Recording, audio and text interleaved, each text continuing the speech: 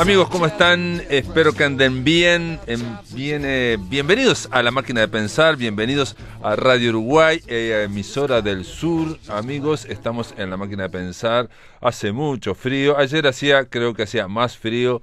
Ayer estaba para Miguel Strogoff, hoy está para el perro de Miguel Strogoff. Creo que estaría contento, pero de alguna forma, la ciudad vieja hay viento, un viento frío y húmedo. Pero bueno, aquí en Radio Uruguay, estamos en Emisora del Sur, estamos calentitos y estamos con Carolina Cuadro en la puesta a punto, en la producción, y con Martín Cuagliata, que va manejando los controles de La Máquina de Pensar del otro lado de la línea. Para mí es un placer, es un honor, es una alegría saber que del otro lado de la línea, ya en San Pablo, está el poeta Alfredo Fresia. ¿Cómo le va, Fresia? ¿Anda bien? No, pero ¿cómo te va, Pablo? Lo más bien. Yo bien, sí, por aquí bien, pero qué frío espantoso tienen ustedes, porque frío y húmedo, decís. Frío, sí, hace mucho frío. Bueno, en realidad ahora hacía 11 grados, ¿no? Digo, capaz que estoy exagerando, pero 11 grados con viento, ¿sabes cómo es Montevideo? Sí, lo sé perfectamente, sí. No, aquí también viene un frío espantoso. ¿Sabés que anoche estábamos con 9 grados? Mirá vos. Sí, 9 grados es una temperatura de matar paulistas, como yo le decía.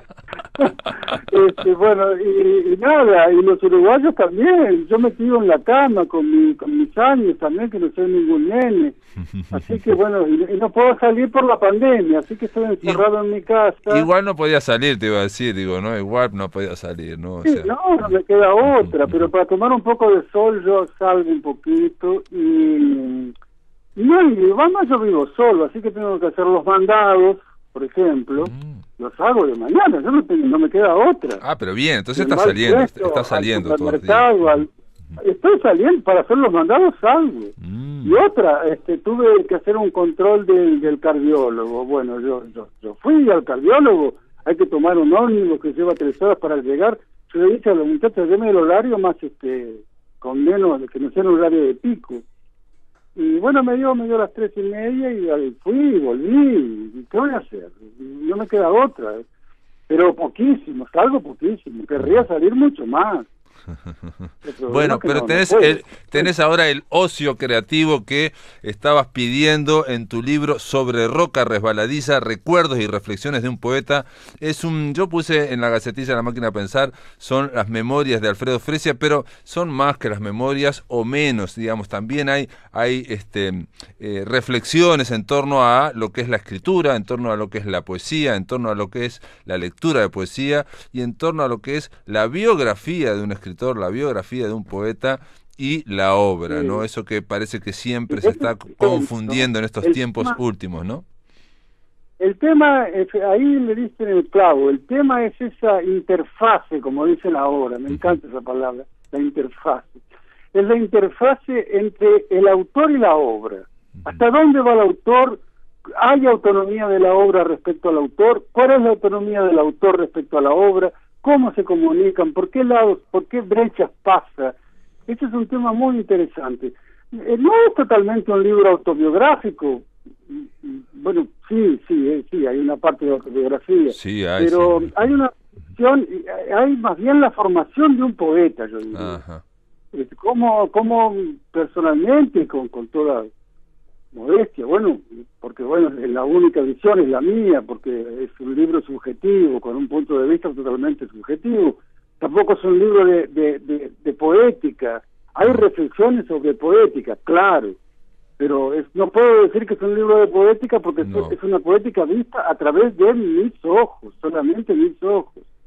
Es sometida a una biografía previa, a una historia, y esa historia es lo que, traté de ir exponiendo, de ir juntando, de ir viendo cómo organizar aquel material para dar una idea, porque a esta altura de mi vida, además eso pesa. Tengo 72 años, fíjate, y algunas nanas. yo no sé cuánto voy a vivir. Pero, ¿no? Alfredo, ¿te vino, digamos, o porque digamos, digo, también incluiste en este libro artículos o que ya habías publicado en algunos otros lados, o reflexiones, o una crónica de un viaje para ver a Rubén Darío, allá para ver, digamos, la tumba en Nicaragua, pero ¿te vino el impulso autobiográfico ahora, o dijiste voy a hacer esto porque es una acumulación y quiero darle darle una forma? Acá hay como una cosa que vertebra el libro, que son los proseos, ¿no? Hay vos le llamás proseos y lo vas numerando. Sí, efectivamente. Proseos de madrugada, sí, le decís. De los proseos de madrugada. No, porque es literal eso. Yo sabés que me acuesto con las gallinas y me despierto con los gallos. No, ¿no? Porque soy muy tempranero. Me despierto tipo a las 4:30, 5 de la mañana, y me quedo, tomo café y me quedo pensando, ¿qué hace uno a las 5 de la mañana? No, podés escuchar la radio. Sí, eventualmente la radio. Si estuvieras en Uruguay escucharías a Gardel. Sí, no, aquí también, yo oigo mucho a Gardel. No, pero digo, ¿qué voy a hacer? Ahí uno se empieza a pensar y empieza a crear, textos, que son los textos que están en esa serie que atraviesa el libro llamada Procesos de Madrugada. Pero hablaba de textos que precedieron al libro, efectivamente. Hay pocos textos que me parecían interesantes y que yo decidí reescribir. No están tal cual fueron. Son pocos. Los reescribí a propósito de la idea central que voy trabajando en el libro, digamos. Entonces, me dio por eso, como dijiste, me dio por escribir, sí, me dio por reflexionar sobre mi vida, pero fue el año pasado, fue a finales del 18 y comienzos del 19, fue ahí. Tanto que la primera edición de ese libro salió en Buenos Aires. Apenas yo quería que saliera primero en Montevideo, pero sí, la editó la editorial Lisboa de Buenos Aires. Felipe Herrero. Felipe Herrero, y en Montevideo no salía hasta que Macachín le encantó y lo decidió publicar, bárbaro. Y estuvo lista, el libro estuvo listo antes de la pandemia, pero inmediatamente empezó la pandemia. El Macachín me mandaba fotos del libro en los sótanos de él, de donde lo tiene, con el libro ahí en el piso. Claro, que no salía. Está listo creo que desde febrero o marzo. Bueno, te voy a decir, vos que sos un poco esotérico también, te voy a decir algo que me pasa a mí en esta semana, la semana pasada, y porque leí otro libro la semana pasada y leo el tuyo ahora, es para esta semana, para entrevistarte. Y digo, más allá de que uno cuente su vida o cuente su biografía o el otro yo del poeta, el otro yo del escritor que se va formando, como hacés vos en Sobre Roca Resbaladiza, también contás que sos de Reducto, viviste en el barrio Reducto, que naciste en el año 49, creo, ahora no me acuerdo, 48, y bueno, y resulta que la semana pasada leí un libro y salió este libro en la pandemia, como vos dijiste. La semana pasada leí un libro que es sobre Cristina Peri Rossi, que nació en el año 41, que se crió en el Reducto, y cuenta todo lo del barrio Reducto, que el libro salió en la pandemia. Sí, habla de la abuela, me acuerdo. Los dos son unas tías. De las tías. Se llaman unas tías que... Sí. No, pero y del padre, ella habla que con el padre tiene tanto problema que en un momento tiene un cuchillo, duerme con un cuchillo porque piensa que va a tener que va a tener que hacer. Entonces, acá leyendo Sobre Roca Resbaladiza, también aparece una figura de tu padre como una persona muy dura, ¿no? Inmigrante. Ella dice también un detalle, en la cuadra todos eran hijos de italianos o de españoles, por ejemplo, ¿no? No sé, no recordaba ningún uruguayo. Entonces veo mucho paralelismo y del IPA, los dos hicieron el IPA, los dos viene la dictadura y se tienen que ir y está el exilio. Me llamó mucho la atención en 2 semanas que leer libros que son muy diferentes, pero tienen... Claro. Sí, ¿también son recuerdos de Cristina? Exacto, es una autobiografía de la infancia y también es de la forja de la escritora, digamos, ¿no? O sea, hay dos cosas pero ella la cuenta más como una autobiografía novelada. El despertar erótico, ¿no? El despertar erótico, homoerótico, y la forja de la escritora. Y en tu caso, no puedo decir lo mismo, pero hay esos elementos están, y me llamó la atención lo del reducto, hijo de migrantes, la literatura como espacio, el IPA. Yo había leído otro texto de Cristina que también hablaba del reducto. Bueno, y la que tiene también texto sobre el reducto, que yo no sé si ya vivió exactamente en el reducto, es Amanda Berenguer. ¿Te acordás cuando habla de la estación reducto, esperando el ómnibus? Y yo me identifico mucho en aquel poema de ella, porque yo también esperaba el ómnibus frente a la estación reducto, en la calle San Martín. Claro, San Martín. Mirá vos.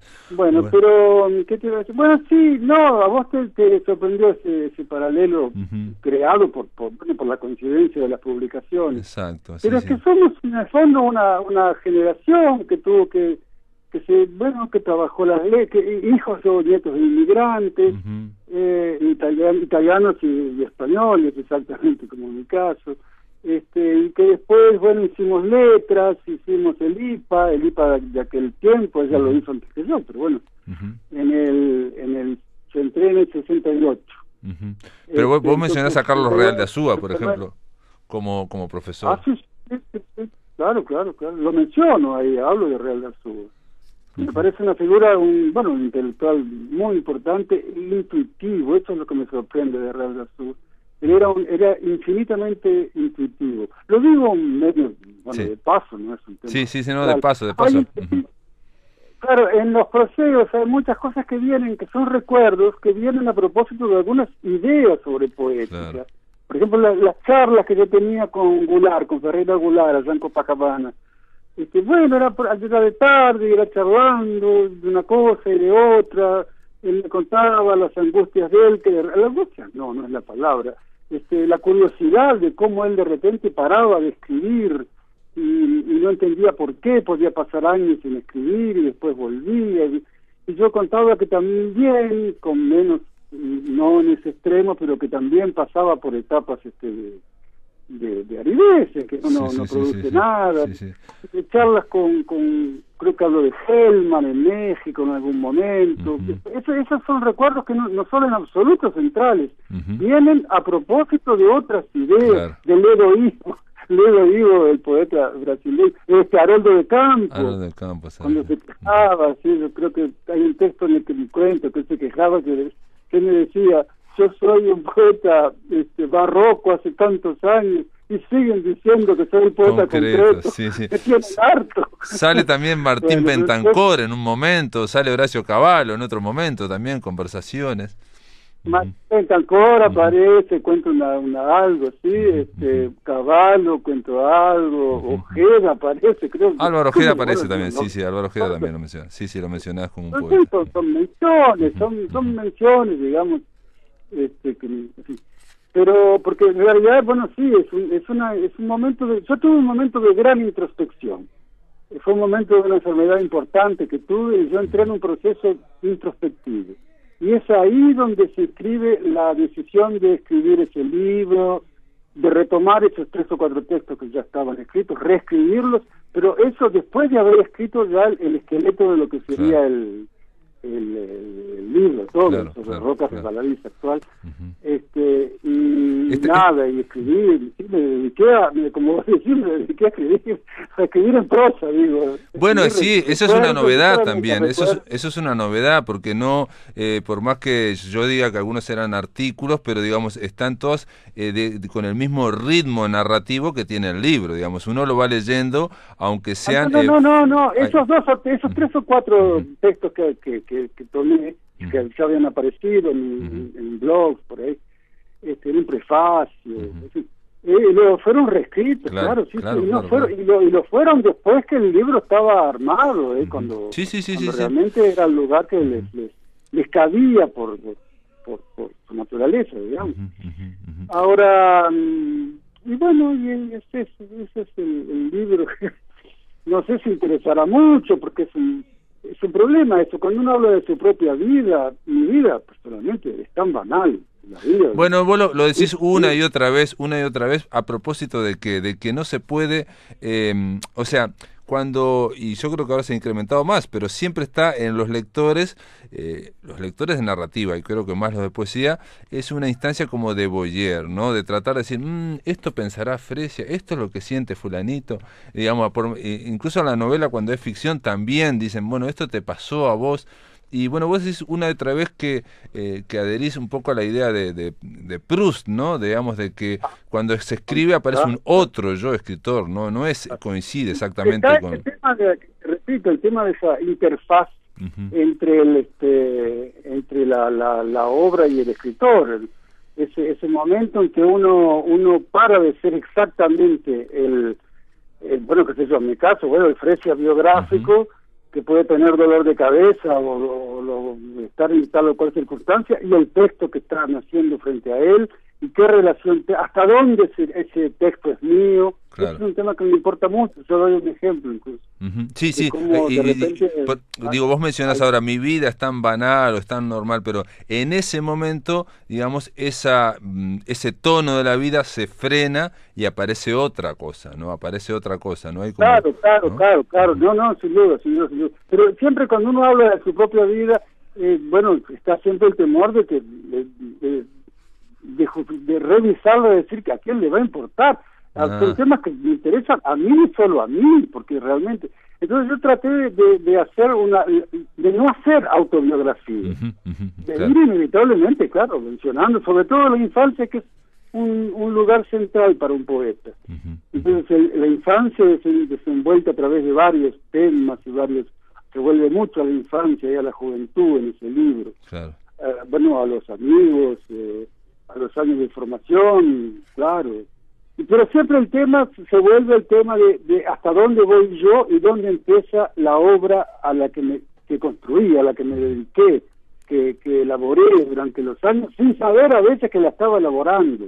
Además, ese tema también aparece. Una vez uno se da cuenta que escribió algo que tiene una gran coherencia, que circula, que yo siento que circula algo que le da unidad del comienzo al fin a los poemas que uno ha escrito. Y en el momento que uno los escribía no estaba pensando en esa unidad. Y es interesante descubrir que sí existe, y cómo existe, y de qué manera y por qué existe.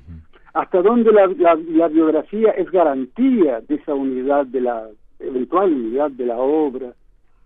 Yo pienso que sí, que es inevitable, ¿no? La vida que uno lleva y el mundo que uno observa tiene que estar, lo queramos o no, en la base de lo que uno escribe, ¿no? Bueno, pero la poesía ambiciona o tiende a algo que es como vertical, no con la horizontalidad que tiene la vida, que se va desarrollando. Vos decís, incluso decís de una forma, cuando eras niño, cuando era niño, dice Alfredo Fresia, escribe acá, dice, cuando era niño, en aquellas tardes silenciosas del Reducto, el barrio proletario donde vivíamos en Montevideo, al ver un poema impreso, lo que me gustaba era la forma como en espiral, aquel dibujo vertical y cambiante sobre el blanco. Después repetía las rimas o el ritmo, era una música inesperada que surgía de la palabra. El sentido era la última etapa, tal vez como tal vez deba ser, y entendía lo que un niño puede entender, y que no es lo poco que solemos imaginar. Alfredo, vamos a hacer una pausa, ¿me esperás en línea? Vamos a hacer una breve pausa y seguimos conversando, ¿te parece? ¿Cómo no?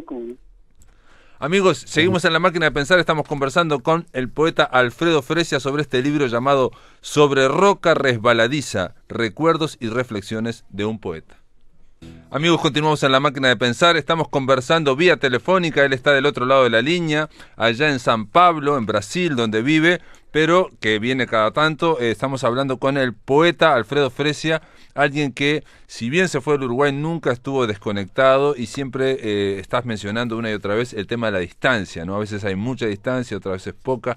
Aquí, en este libro sobre roca resbaladiza, aparecen, digamos, los viajes que tenías que hacer por tu madre cuando estaba, que venías 2 veces al año, o cuando tenías que venir a visitar a ese gran amigo que se llamó Juan Introini, ¿no? Que te aparece muchas veces también, Juan, en Sobre roca resbaladiza. Juan Introini, sí, aparece varias veces. Tampoco es bueno, yo no recupero la amistad con Juan de una punta a la otra. Fue una amistad que atravesó mi vida. Fueron 50 años de amistad, Sí, del año sí, sí. 62 al año 13, calcular. ¿Cuánto van ahí? Sí. Yo me acuerdo siempre de Juan, una vez... Después son 50 años. Sí. Ahora... Muy gracioso, Juan, pero un gran humor, un erudito, un gran humor, un gran escritor también, muy sensible y delicado. No, yo lo cito a propósito de ciertas ideas que él tenía. En un momento él hace un estudio sobre el origen de la tradición, y de la traición, que vienen del mismo verbo. Entonces hay ideas magníficas de Juan al respecto que yo menciono y aprovecho para hablar un poco de él. Claro, bueno, la tradición sería traer, ¿no? Tradición y la traición viene de la misma raíz latina, traditio, traditiones, y el acto de traer, que es propio de la tradición, implica siempre una traición, indispensable para que lo traído siga llegando hasta nosotros. Esto dice Alfredo Fresia, y obviamente tiene que ver con que un legado definitivo, congelado, intocado, tendría en sí, pienso yo, esa especie de monstruosidad que se puede sentir frente a algunas o algunos vírgenes. Sí, pero no, y después cuando éramos jóvenes, cuando yo me acuerdo, menciono ahí tanta cosa que podría mencionar para tener siempre a Juan presente, pero menciono cuando preparamos el ingreso al IPA juntos, y que yo iba más a la biblioteca del IABA y él iba más a la Biblioteca Nacional. Sí, recuerdos, sí. Y hay una página dedicada, cuando hablo de Bentancor, que me contó una vez Bentancor, me dijo era un festival de poesía en Maldonado, y un día paseando por la playa, por ahí me dijo, Juan se había muerto, y Jean en París también, y yo lo lamentaba, claro, y él me dijo, sí, pero sabes que hay siempre una liberación cuando alguien nos deja, se va de este mundo. A mí eso me dejó como perplejo, y me dejó pensando, y por eso dedico a esos pensamientos, es una página, digamos, yo qué sé, 2 páginas, no me acuerdo, pero digo, es un pequeño pasaje, en el que yo hago una recapitulación de cómo puede ser, porque esa frase de Bentancor me sigue instigando, digamos, tantos años después, me sigue interpelando, interrogando, ¿cómo pues qué liberación? La vida de ellos tiene su comienzo, medio y fin, tiene su explicación y su sentido ajeno a mí, aunque estén tan dentro de mí. En fin, es el tema, en fin, de esa página que ya habrás leído. Pero no, sin duda, tampoco quiero entrar en el tema, por ejemplo, no quise entrar de las amistades y contar detalles, no era el caso, ¿no? No. El caso era de hablar. Es un ejemplo perfecto. Cómo los recuerdos sobre Juan vienen a propósito de temas que en el fondo son de poética. Sí. Por ejemplo, cuando él mencionado a propósito de su conferencia sobre la tradición y la traición, por ejemplo. Sí. O cuando nos formábamos muchachos jóvenes con 20 años en el año 67 preparamos el examen. O cuando te preguntan, por ejemplo, hay un capítulo que se llama La poesía no se vende. Entonces, alguien te preguntó en una revista brasileña, ¿qué es la poesía? Bueno, y Fresia se negó a dar una respuesta ontológica, en fin, no quiere decir, porque no se puede decir qué es la poesía, en fin. Pero después, en un momento,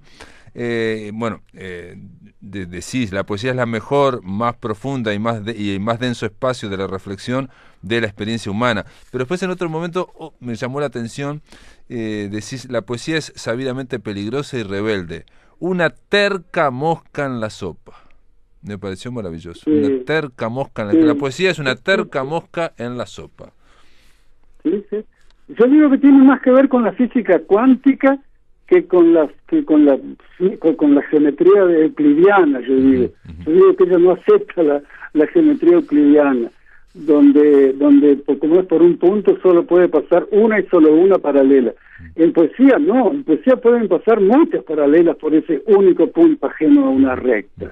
Es esa lógica que del estar y no estar. Me acuerdo que pongo un ejemplo de Marosa, era yo y no era yo. Sí, Bueno, sí, sí. de manera que si es posible que fuera yo y no era yo y no fuese yo, es porque estamos hablando de una lógica otra, que no es la lógica de la vida cotidiana. Y por eso de también, y por eso también lo Sí. decís que de alguna forma la poesía siempre, y bueno, y citás a Juan Gelman, siempre es enemiga del capitalismo, digamos, de Bueno, la eso lógica sí, utilitaria. eso, Y una terca mosca en la sopa implica eso, ¿no? O sea, ir en contra de, bueno, de lo utilitario, de lo productivo, ¿no? Ir con otra lógica que se quiere hacer otra cosa. Totalmente. Totalmente. Es exactamente eso. Y Selman lo dice explícitamente. Sí, sí, sí.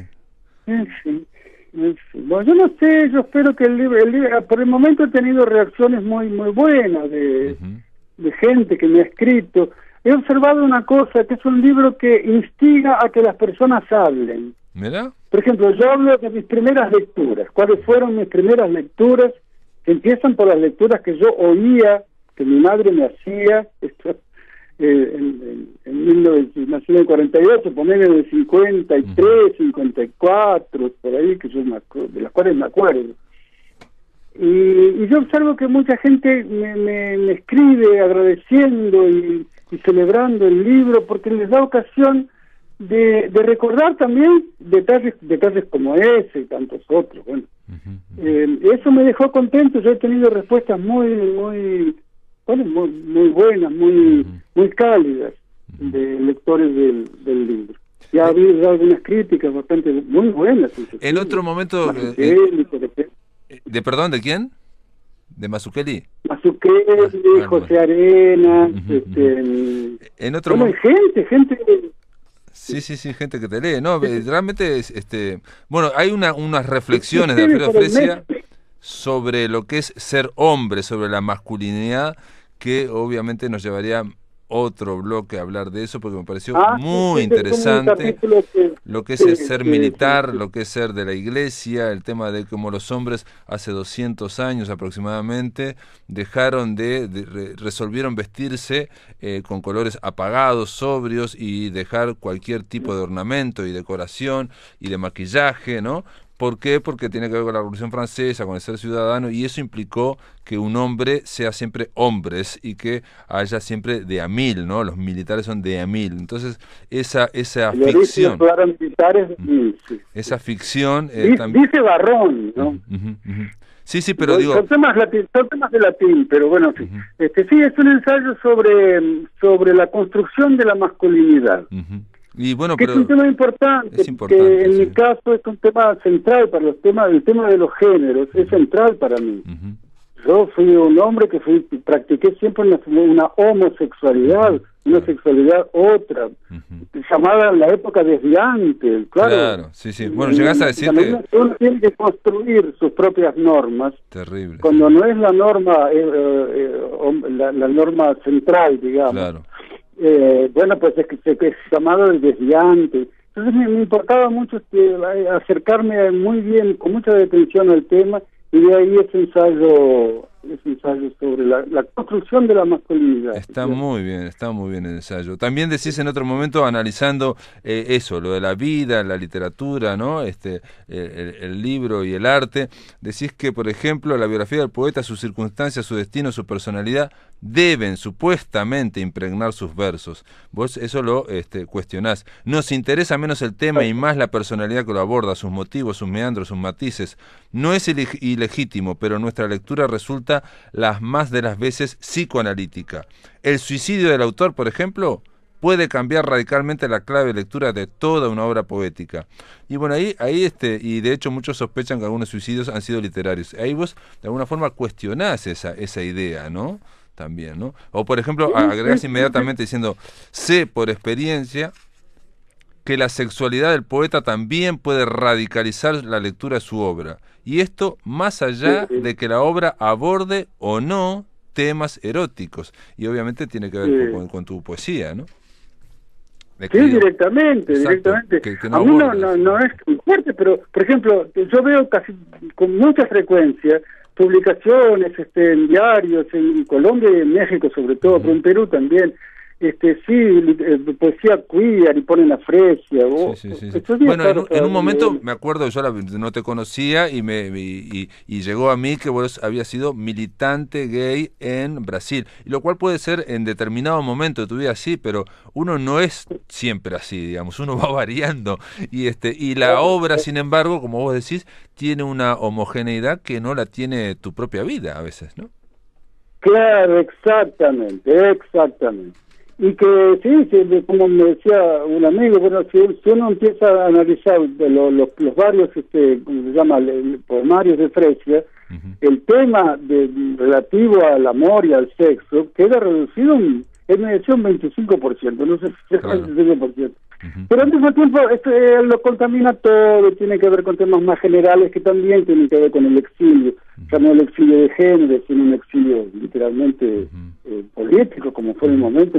Pero, por ejemplo, no todo el mundo habla de tu poesía, por ejemplo, que tiene un vector muy importante de tu poesía, es la erudición, ¿no? La erudición, el saber erudito, presentado siempre con otro vector que es de tu poesía, que es el humor, o cierta sorna, o cierta distancia, ¿no?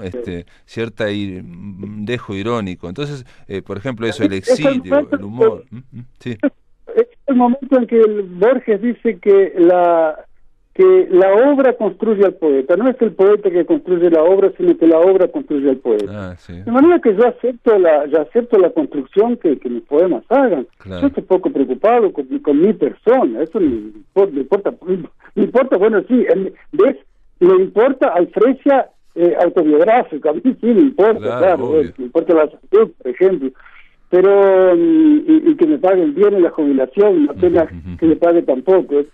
Pero volviendo a nuestro tema, él dice que, y es un tema del libro que yo abordo ahí, que él hace un paralelo entre Whitman y Paul Valéry, que son dos poetas que en principio no tienen nada que ver, evidentemente, son hasta opuestos, y él los opone. Pero dice en cambio que ellos son un perfecto caso, un perfecto ejemplo de poetas construidos por su poesía. Claro. Esto es, la obra poética construye un Paul Valéry, un Walt Whitman, que no es el Walt Whitman biográfico, claro, que no es el Paul Valéry geográfico. Cuando él lo escribe en el año 35, ya muerto. Valéry muere en julio, pero él lo escribe en octubre. Entonces, y Whitman muerto 50 años antes. Entonces, realmente, sí, ahí vuelve el tema central del libro, que es la interfase entre autobiografía, entre la vida de la biografía del escritor y la obra creada. No, y para terminar un poco, Alfredo, y retomo esta palabra tuya que manejás, la interfase, porque el poeta aparece como una interfase también entre algo que es donde están las poesías, y vos lo planteas de que los poemas querés que te preexisten y que en algún momento bajan, y bajan imperfectos, bajan corregibles, digamos, nunca se pueden terminar de todo, hay que abandonarlos, pero está esa idea de que algo baja. Claro. Inevitablemente uno acaba pensando, ya no tal vez en la musa, pero como que el poema va más lejos de lo que uno imagina, y que en cierto sentido, por así decirlo, el poema se escribe solo. Va más lejos, en cierto sentido, va más lejos. Va más lejos. Entonces, era un tema que venía trabajando, va más lejos, y él tiene una autonomía respecto al autor que nos sorprende, que es un tema que ya había abordado en La Mar en Medio, el libro anterior de poesía del año 17, que es ese, realmente es ese el tema. Claro. Y ese ir más lejos del poema es lo que también, pienso yo, te lo pregunto, es lo que le da la homogeneidad a la obra, ¿no? Va más allá de la vida. Tal vez. Que explique esa circularidad, esa homogeneidad, tal vez. No sé, pero esa unidad que componen los poemarios, cuando uno los escribe sin saber lo que vendrá después y las circunstancias que te llevarán, a dónde te llevarán, lo que será de la vida de cada uno de nosotros, y uno va escribiendo y de repente es cuando llega para ser claros, a la vejez, es el momento en que uno se da vuelta y bueno, por eso era el momento de escribir. Perfecto. Y entender que sí hay una unidad y que es una unidad de la cual no soy el autor. Claro. Es la obra la que crea al poeta Alfredo Fresia. Perfecto. Pero Alfredo Fresia hizo lo que pudo. Yo digo en un momento que escribo como quien se protege, escribí toda mi vida como quien se protege de un vendaval, del vendaval, luchando contra las lastimaduras de la historia, y es verdad, intentando encontrar tiempo entre tantas clases, tantos años de trabajo. Bueno, uno escribe circunstancias, es así totalmente autobiográficas, íntimas, que no interesan a nadie. Ahora, la obra acaba construyendo un poeta que en el caso es gay, como dicen ahora, antiguamente la palabra era otra. Y bueno, y es eso, y está bien, es así. Yo sobre esa parte no tengo dominio, es la obra la que crea al poeta Alfredo Fresia. Muy bien, Alfredo Fresia, quedó presentado aquí en La Máquina de Pensar sobre Roca Resbaladizo. Está publicado por Yau Gurú, por Macachín, Recuerdos y Reflexiones de un Poeta, de Alfredo Fresia. Te mando un abrazo grande y cuídate, esperemos vernos la próxima vez que vengas por Montevideo. Si Dios quiere, iba a ir ahora para la presentación, pero con la pandemia ni aviones hay, así que... En algún momento lo presentarás. Bueno, no sé si a esa altura se habrá presentación exactamente, pero bueno, ganas de ir, porque hace tiempo que he tenido problemas de salud y después y ahora con todo esto, de manera que no sé cuándo iré, y tengo muchas ganas de ir. Yo nunca demoré tanto yo pasé mi vida yendo cada 2 años, después del año 65, cada 6 meses, cada 2 veces por año. Un abrazo. En el 65 iba siempre en julio y en diciembre, ¿no? Un abrazo y eso grande. Lo seguía haciendo después, ya jubilado. Un abrazo, mi querido, muchísimas gracias. Un abrazo a los que escuchan. Chao. Muy bien, ahora vamos a darle la bienvenida a Ramiro Sanchís. ¿Cómo le va, Ramiro? ¿Anda bien? ¿Qué tal, Pablo? ¿Cómo estás? Muy bien. Por acá todo bien. Nos quedan poco tiempo, vamos hasta ahí 57, 13 minutos, dale. Bien. Tratemos de contener un poco las posibilidades de hablar de este tema que es medio inagotable, y es leer al hebrero desde el WIRD, ¿verdad? Medio como que yo creo que te había elegido un par de textos que me parece que son como los más representativos de la posibilidad digamos, de leer así al hebrero. Por supuesto, estos no sé si decirlo en materia de debate o algo hasta diría controversial, en el sentido de que hay como una especie de resistencia crítica o de lectores a meter al hebrero en lo que parezca un género, ¿no? No solo la ciencia ficción. O sea, el hebrero él siempre se resistió a toda la ciencia ficción, por más que salió en muchas digamos colecciones de ciencia ficción, pero vos mencionaste Aguas Salobres y la novela Lugar. Exacto, y además podremos sumar capítulo 30, claro, ¿no? A ver, cuando yo elijo estos textos no me refiero puntualmente a los que puedan ser ciencia ficción.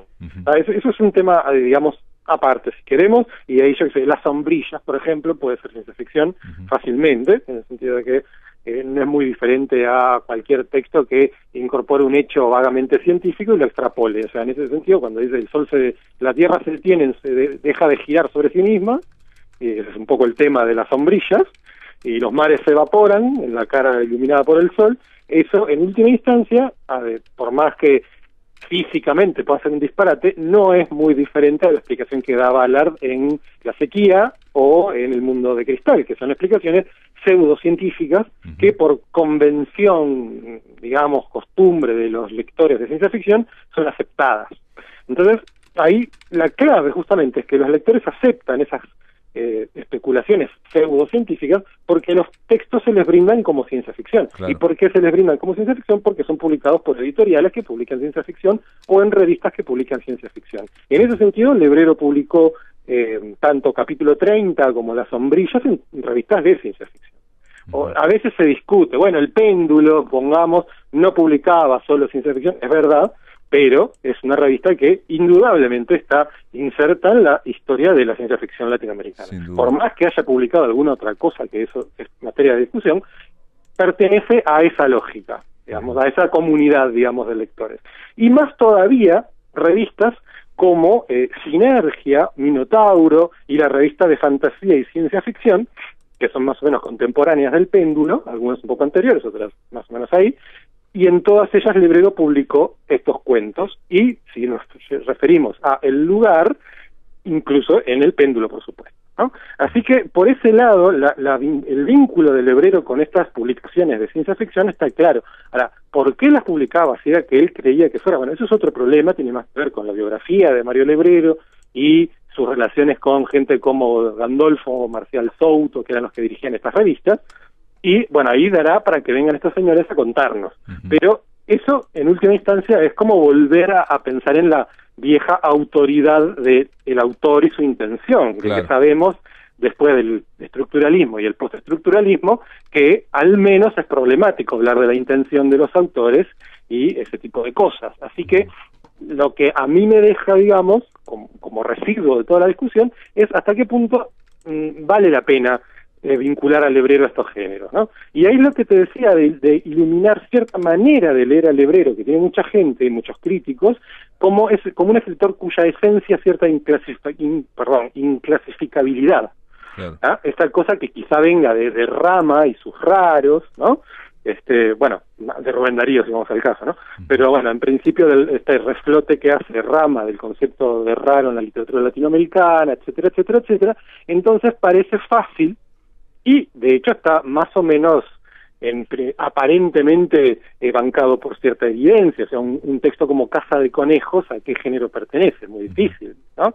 Entonces es fácil decir, bueno, esto es inclasificable. Por otro lado, Casa de Conejos apareció en un referente indudable de la ciencia ficción latinoamericana, que es una antología que salió en los años 80, quizá de las primeras a nivel anglo, o gestionada por gente anglo, que es la Antología de Ciencia Ficción Latinoamericana, que después se publicó en español en una editorial que vivía publicando ciencia ficción, casi exclusivamente, que era Martínez Roca, en su colección Superficción. Y ahí salió esta antología que tiene nada más y nada menos que Casa de Conejos. O sea, ¿qué tiene de ciencia ficción Casa de Conejos? ¿No? Bueno, vaya uno a saber, si uno lee Casa de Conejos en relación a textos más o menos contemporáneos de gente como R.A. Lafferty o algunas cosas más extrañas de Robert Silverberg y otros escritores, y Philip Joseph Farmer, encuentra que hay un parecido. O sea que no, y esos son escritores que nadie dudaría en meterlos en la bolsa de escritores de ciencia ficción. Entonces, al final es todo bastante más complejo estos asuntos de cómo meter al Lebrero en los géneros. Pero hay una cosa que sí está bastante clara, y es que posteriormente a estas publicaciones, o sea, estamos hablando de fines del siglo XX, principios del siglo XXI, se popularizó el término slipstream para referirse a cierto tipo de ciencia ficción, que es cualquier cosa menos cientificista o científica, que trabaja lo extraño y la disonancia cognitiva. ¿Ah? La única diferencia entre eso y el weird es que en el slipstream no hay necesariamente un efecto de horror buscado o construido. ¿Ah? Y yo creo que esa vaga categoría, en última instancia, de slipstream, que ya tiene antologías, tiene revistas, tiene de todo un poco, o sea, hay antologías slipstream, se presenta así en sus títulos, hay una que es de referencia, que se llama la antología slipstream. En esas antologías, en ese tipo de enfoque de agrupar textos, yo estoy seguro que cualquier texto de Lebrero donde haya una lógica que parece desafiar la diurna, por decirlo así, o la más luminosa, ¿no? Textos como estos que acabo de mencionar, pero también espacios libres, mismo el lugar, ¿no? La ciudad, o sea, la ciudad desafía casi un poco. podríamos decir que, salvo la parte autobiográfica, en general, exacto, digamos, es una modificación de la percepción habitual, ¿no? Exacto, la toma de la Bastilla, cuestionando la percepción habitual de lo que llamamos realidad. Nuestro iglú en el Ártico. Son todos cuentos donde hay un protagonista, generalmente narrador, que se va metiendo en enredos metafísicos, por decirlo de alguna manera, sin perseguir nada en particular. Son cuentos donde no hay un objetivo, una especie de conflicto, ¿no? O sea, son cuentos extraños en ese sentido, que generan en el lector una suerte de desasosiego cognitivo, de ver qué está pasando, ¿no? La toma de la Bastilla es un ejemplo clarísimo, esos continuos cambios de perspectiva que tiene. ¿Y esto?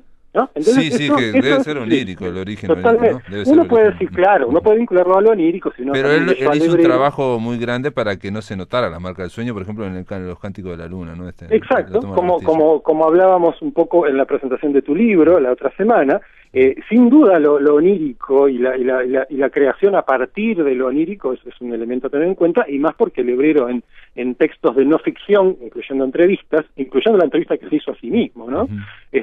Recalcó este rol de la búsqueda en el inconsciente, este buceo en el inconsciente, ¿no? Pero bueno, eso no quita que uno lee esos cuentos y producen el mismo efecto que todos los textos que están en la antología Slipstream que acabo de mencionar. Pero de todas formas yo quisiera dar un paso más todavía y defender la postura, de la idea de que algunos cuentos además sí generan un efecto de horror, o un efecto comparable al menos al de cierto horror. Por ejemplo, en capítulo 30 hay unas entidades vegetales que proliferan y toman formas, y también hay una suerte de entidades coloniales, como hormigas, que se agrupan y forman también, llamémoslo, meta-animales, por decirlo así, entidades coloniales que interactúan con los seres humanos en un contexto postapocalíptico incluso, como pasa en Aguas Salobres, y ese efecto de desasosiego, de inquietud, puede estar más cercano al horror, sobre todo si lo comparamos con ficciones que indudablemente están, nadie las excluiría de una lista de horror. Por ejemplo, en Las Montañas de la Locura, del infaltable Lovecraft, tenemos unas entidades que se llaman Shoggoths, que están hechas de unidades como si fueran abejas o cualquier insecto eusocial, que forman como grandes masas que se propagan protoplasmáticamente y adquieren distintas formas. Distintas formas. Pueden mutar hacia la forma que necesitan. Lo cual es un concepto muy interesante porque es como una especie de, en una primera instancia, estas entidades son usadas como herramientas por otros aliens. Pero se revelan y tienen un efecto de horror, persiguen a los protagonistas, vamos a decirlo así. Y no es muy diferente a lo que vemos en capítulo 30 en particular. Del mismo modo, los que vieron la película, ni siquiera refiero al libro, los que vieron la película de Aniquilación, que está en Netflix, y está basada en un libro de Jeff Vandermeer, ahí hay un momento particularmente inquietante y hasta diría horrorífico, horroroso, que es cuando encuentran unas plantas que tienen forma humana, como si fueran unos arbustos podados, ¿no? Como en estos viejos decoraciones de jardines y eso.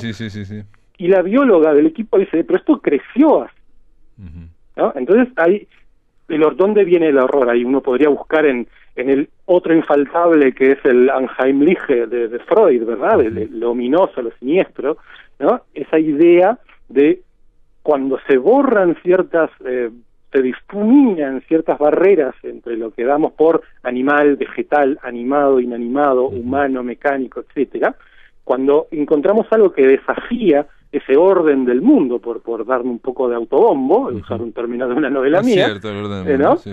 Cuando se desafía ese orden del mundo, ahí viene el horror. Este tipo particular de horror, que es el del weird, no es el del horror de Freddy, pongamos, o el de Jason, o de lo que se les ocurra de horror más pero esto que acabas de decir, digamos, plantas que parecen humanos, yo pensé en el joven Manos de Tijera, que también él hacía lo mismo, y ahí no generaba ningún horror de nada, porque ya se sabe cómo lo hace, ¿no? Exacto, claro, es un artificio. Pero es lo mismo, digamos, visualmente era lo mismo, ¿no? Pero bueno. Es lo mismo, pero cuando vos sabés que eso no fue creado por una agencia humana, claro.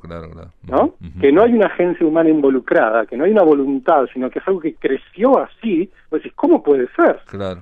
Y esa inquietud que genera, porque la película en rigor no explica nada, el libro tampoco. Nos queda un minuto, Ramiro. Bueno, no voy a añadir más porque no tendría sentido, pero creo que el caso, para resumir, es indudablemente el hebrero y el slipstream tienen cosas en común, digamos, pero más allá de eso, algunos textos en particular que entrarían en este conjunto slipstream podrían entrar también en un subconjunto, que es el de esas ficciones de la disonancia cognitiva y lo inquietante, que además se parecen a otras que hemos claro, tradicionalmente clasificado como horror. Y en última instancia, de toda esa suma de intersecciones, lo que tenemos es weird. Y, por lo tanto, hay textos del hebrero, como los que mencionamos recién, que podrían entrar en una suerte de antología del librero weird, pongamos, que sí, si algún editor está oyendo, yo la hago encantado. No estaría mal, porque yo agregaría otra cosa, a veces no tiene efecto horror, pero si uno analiza cómo es la lógica de desplazamientos, ¿no? Que una persona va viviendo dos veces las mismas cosas, los mismos eventos, una otra vez, puede generar horror. Él no lo usa para generar horror, sino angustia en ese caso, pero digamos, en otro novelista sería un cuento horror. Decían, está esa idea, yo nunca recuerdo dónde, perdón si me estoy yendo un poco de tiempo, pero no recuerdo dónde la leí, pero esa idea de que el hebrero perseguía la novela luminosa, como famosamente narró, y la novela oscura, y no sé quién... Era desplazamiento. Exactamente, sí. La novela oscura es desplazamiento, lo dijo el señor. Ahí está. No sabía si él mismo lo había dicho. Sí, él mismo lo dijo, que es la novela oscura. La novela oscura, ¿no? El horror, de algún modo, está presente en eso. Sí, la y es un horror weird. Exacto. No es un horror tradicional, sino un horror weird. Así que bueno, eso. Muy bien, Ramiro Sánchez, queda planteada para si un editor quiere, hay una posible la hago ad honorem incluso. Antología weird de la obra de Mario Lebrero. Te mando un abrazo grande. Un abrazo para vos, Pablo. Chao. Amigos, se terminó La Máquina de Pensar. Mañana vamos a estar conversando con Marcia Collazo sobre Heroica, una novela que rescata 46 protagonistas que fueron heroínas en la resistencia en el sitio de Paysandú, aquel que estuvo liderado por Leandro Gómez. Y luego, cuando pasa por la voz, vamos a escuchar a Juan de Marsilio leyendo poesía. Esto es todo, amigos, que lo pasen muy bien.